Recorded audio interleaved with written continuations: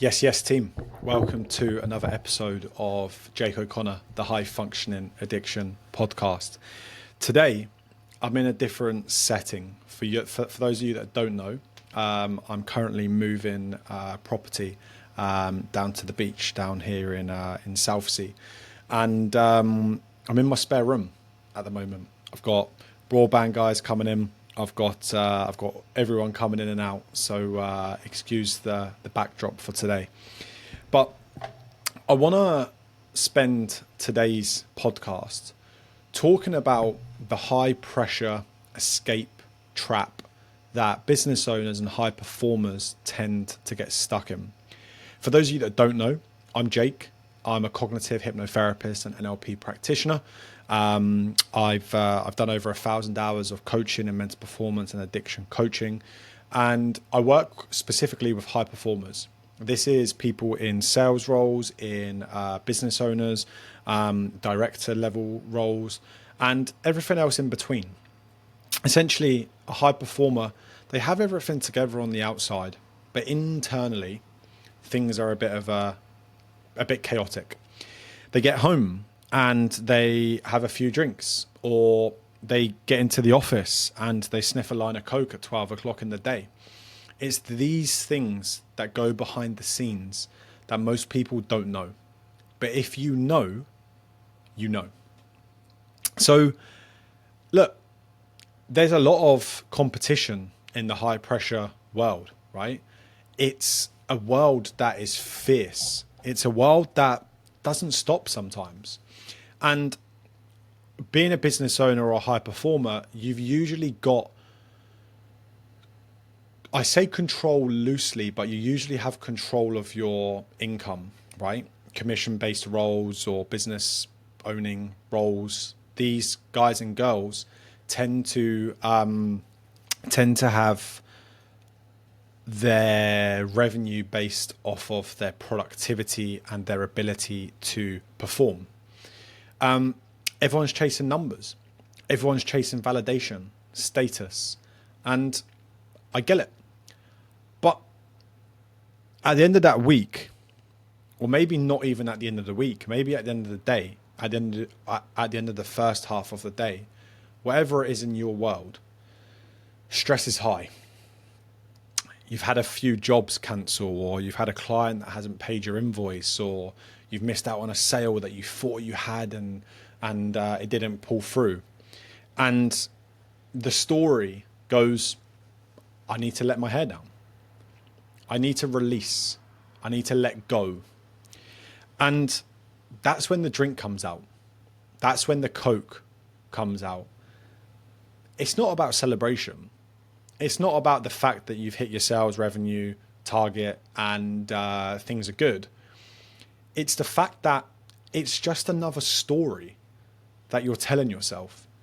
It's just another story. It's a release valve. It takes away the mundane. It takes away the boredom.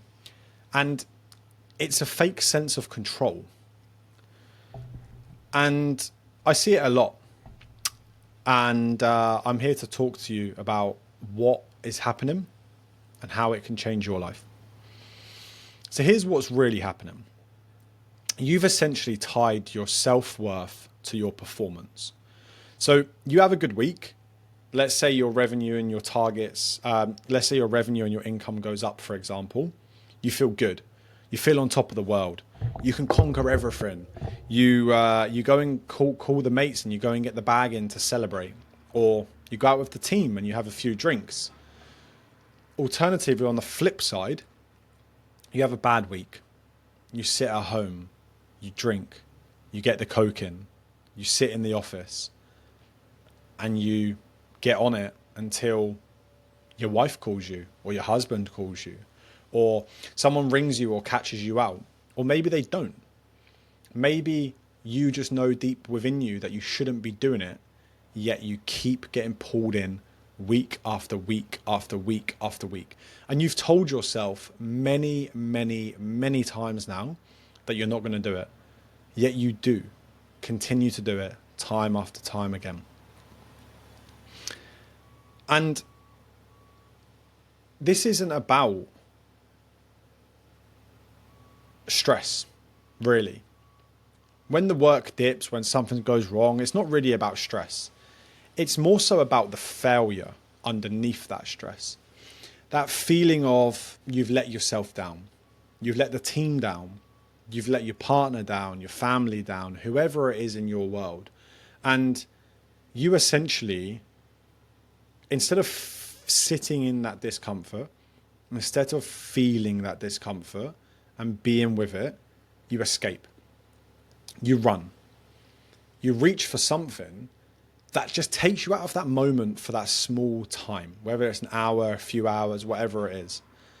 And it makes you feel alive again. It makes you just forget and park all of that stuff to one side. But as you know, you wake up and it's still there, right? The problem is still there. And this is where the pattern and the loop occurs time and time and time again, because it's a vicious cycle.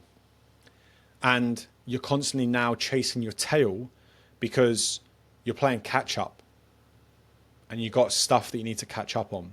And it's just this constant cycle. Studies actually show that this isn't rare. This is the norm. Managers, business owners, high achievers, they're actually twice as likely to drink heavily. I've got some data and some stats here. Just going to look at the show notes. And there's some really interesting research that I just did. And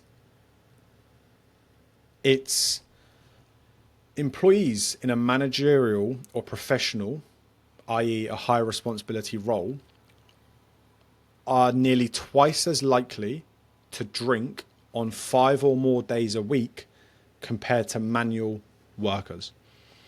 A study also shows that 34% of employees have either used or witnessed someone using addictive substances during working hours. Senior level employees, usually earning 75,000 plus, there's a study that shows that 35% said they have experienced alcohol misuse or problems with alcohol consumption. And you're probably thinking, cool, well, what does that mean to me? Well, it's having an impact on your performance. It is impairing your work performance. A review found that in 77% of tested people, higher alcohol use corresponded with higher levels of impaired performance. It adds to the pressure. It doesn't take it away. And work stress and alcohol are instantly linked. A source and a study showed that 27% of employees reported that workplace stress makes them drink more. And this is the thing with alcohol. It's accepted in society. You can go to the shop and buy how many liters or bottles you want and no one really notices. It's just the norm. But you know. And I want to tell you the deeper truth here. You're not addicted to the substance. And by the substance, you can fill in that void, whether it's alcohol, cocaine.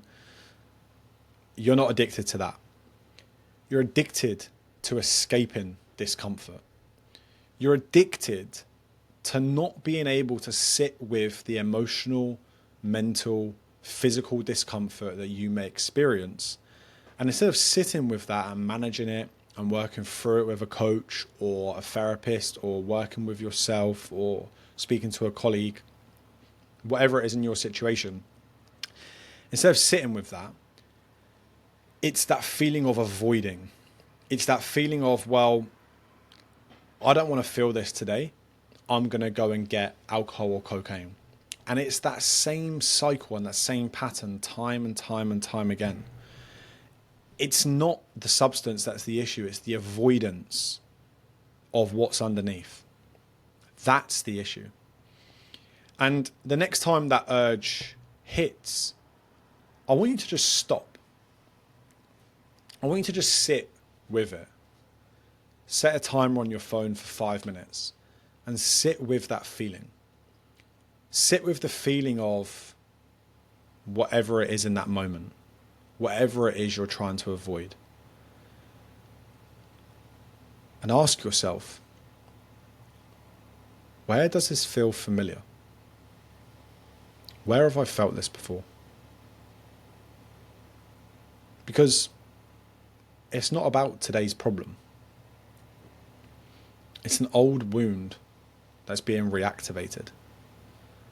It's an old pattern that you've been avoiding. And deep down, we all have our woundings, right? I myself have done probably 50 to 100 hours of therapy by now, probably more, coaching, and like personally. And every single one of us has wounding, right? And that's what got me out of my addictive pattern, is sitting with this with a specialist and understanding, what am I trying to avoid? And that broke my addictive pattern. Since that second session, I haven't touched a substance since, and it's been over 1,000 days. So in hypnotherapy, psychology, performance, mindset, we know that emotions are just data. They rise, they fall, and they pass if we let them. But when you resist, they persist. When you avoid, they grow. And there's only so long you can keep running. This is exactly what drives the cycle of escape. So instead of chasing another high, try this. Sit in the space you've always avoided. Sit in the space of the place you're trying to get to, wherever that is. Because that's where the freedom is. When you can sit with yourself and be at one. And I want you to just sit in the space. Whenever you next get an urge or a trigger, set a timer for a couple of minutes. Focus your attention into your body, where you feel the feeling. If you can label it, what is that feeling? If it had a shape, what shape would it be? If it had a color, is it hot? Is it cold? Is it light? Is it dark? Does it have pressure, or does it not have pressure? And just sit with that and feel it and breathe through it. Maybe you lie on the floor and you let it pass through you and you accept it, because it's in the resistance, it's when it persists. And that is exactly where you break the pattern. So I want you to forward this on to someone that may benefit. I want you to share this with a friend or family member that may need to hear this, because there's a lot of people that need to hear this message.